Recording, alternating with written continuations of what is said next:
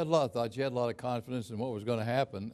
I might add, though, the very first time we ever saw a missile launch down here when they brought the 7 of us down, it wasn't that successful. It was a night launch, and we were on a camera pad, I think a couple, 3,000 feet from the launch site, and it went up and blew at high Q at 27,000 feet over our heads at night, and that wasn't a very good confidence builder for our first trip to the Cape.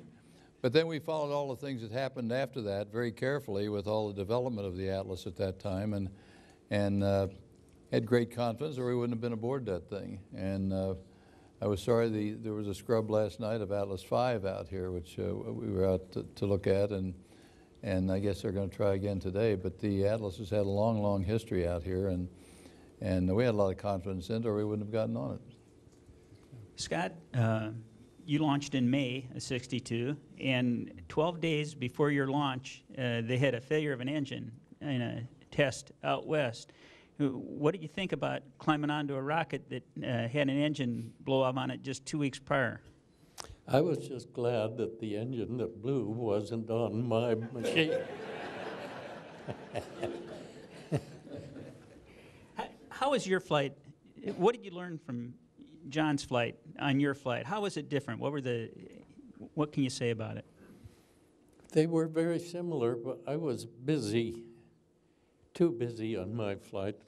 I had been given liberty to plan a lot of scientific experiments, which was good, but I loaded the flight plan too heavily and was too busy, and I fought to catch up for the entire flight.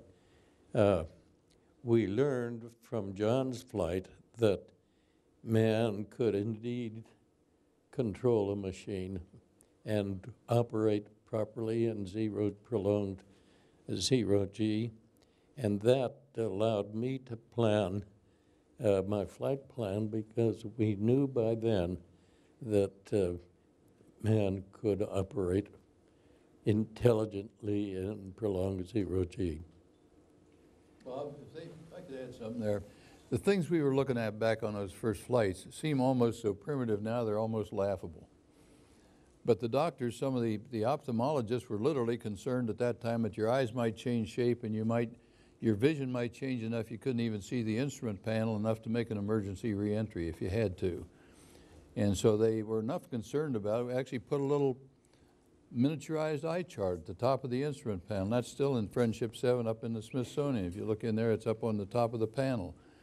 And they were concerned about with the fluid moving around more randomly in the inner ear, would you get nausea and vertigo so bad you wouldn't be able to function? And could you even swallow? And we look back now and think of how ridiculous that is, but it wasn't ridiculous at the time, and those were the kinds of things that we had to prove before we could go on other designs. That would tend to make you believe that there were so many ridiculous unknowns that we behaved ridiculously in flight. Yeah, that's right. Charlie, you were in high school probably when John launched. What? Now you're going to make me feel old. I wasn't in high school yet, John. What did these guys mean to you? I can tell you, I'm a person. Most of the folk here have heard me say before. I never dreamed of flying an airplane. Never dreamed of going in space. But watching them really lit up the world for me in terms of probability or possibility of things that we could do. You know, we talk about you say all the time, wanting to inspire youth to get into STEM-related areas. You know, had I not seen what you all did, who knows what I would have done. I probably never would have taken the path that I ended up taking, you know, going to the Naval Academy and then coming in the Marine Corps, which was another thing I never dreamed of doing. You talk about medical things and concerns. We still have those concerns today, and I know you are probably our most articulate proponent of enhanced use of the International Space Station. Yeah. And I know you're going to talk about it, but before you do, we have something very special that we'd like to present if we can, and I think if it's queued up, we got a couple of messages we'd like to deliver to you all. So if you can kind of wheel around or just look. Hi, I'm Dan Burbank, commander of the International Space Station, along with my crewmate and colleague, Dr. Don Pettit. 50 years ago, at the height of the Cold War, Americans and the entire world received the news they desperately wanted and hoped for. John Glenn was safely in orbit. It was a mission that put America back in the space race. And this was more than a successful orbital spaceflight for the United States. It came at a time when the challenges of technology and science were further complicated by the political pressures that accompanied the dawn of human spaceflight. This assignment fell on the shoulders of John Glenn, Scott Carpenter, the Mercury astronauts, and the whole Mercury team. In contrast to the Mercury program, today on the International Space Station, we have explorers working from all around the world in cooperation. So on behalf of the Expedition 30 crew, we'd like to recognize Senator Glenn, Scott Carpenter, and the entire first generation of space explorers for pioneering the new frontier, enabling us to focus on extending human presence further into the solar system and helping to bring nations together in the common pursuit of peaceful exploration of spaceflight. That's great.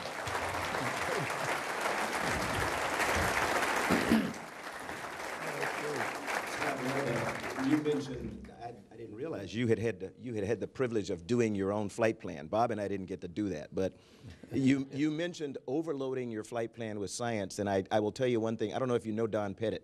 Don is known as Mr. Wizard of the astronaut office. He is an incredible scientist, and he has grossly overloaded his flight plan for his 6 months in the area of science, but he is doing incredibly well there. So. Seeing that video, it makes you realize how far we've come in the last 50 years from when you climbed into those Mercury capsules. Your spacecraft have been in museums for quite some time now, and Bob, okay. And don't put time in your. And Senator, the last spacecraft you flew in that Charlie and I had the privilege of flying on is getting ready to head up to Washington here, April 17th, Discovery. What do you see as the future for human spaceflight? Given where we've come, where are we going? What's your perspective on it? Scott? Mars. Okay. Yes.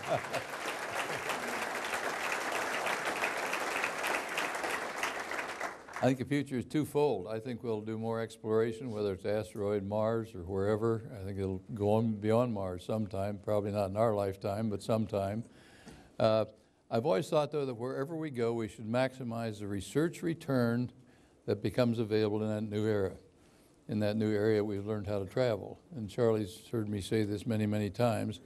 But I think this is where we ran afoul here in some recent years, and all of you are very much aware of most of this anyway. But under a previous administration, a decision was made to go to the moon, set up a base, and go to Mars, but no funding. And the funding was to come from cutting out the shuttle flights, which I have thought was a big mistake, and it left Charlie in an awful position for having to perform his job, because we don't have the way of transferring our own people from Earth to space, and we have to do that with the Russians. And what a big change that is from the days when it was the depths of the Cold War was fueling a lot of the interest in the space program back in those days in the 60s. And so it's a whole different thing. And I think we developed the International Space Station, and that's a little incongruous. We spent $100 billion or so developing that station to do the basic research. And on the last flight I was on shuttle, we had 83 research projects on there, and Columbia, before its demise, had 90 research projects on there. That's what fleshes out the exploration as we go on. I think we should be doing that because that's what's of value to people right here on Earth. I think to go on out in space is exciting, and just to see if we can keep somebody alive far out and back, that's fine. It's exploration. It opens up new paths. Then we should maximize the research return, which we have the capability of doing with the station.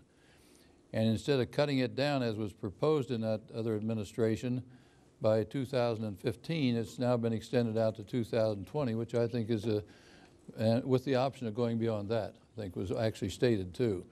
So we hopefully have our new way of, one of these days, have our new way of traveling to the station so we can get on with this basic research, which to me is Basic research is macro and micro. Macro is how far you can go and open up new territories. Micro is maximizing that laboratory research return that we have the capability of doing. It makes the program doubly valuable. So we're getting ready to celebrate 50 years of KSC, and there were some very strong personalities in the space program back at that time. One of them, of course, our first center director, Dr. Debus. What interface did you guys have with Wernher von Braun and Dr. Debus? Any stories you can share with us? I'd like to mention that Wernher von Braun was the brightest, absolute, fascinating genius that I've ever had occasion to know. In mentioning von Braun, I have to tell you my belief that the lunar flight program was a success because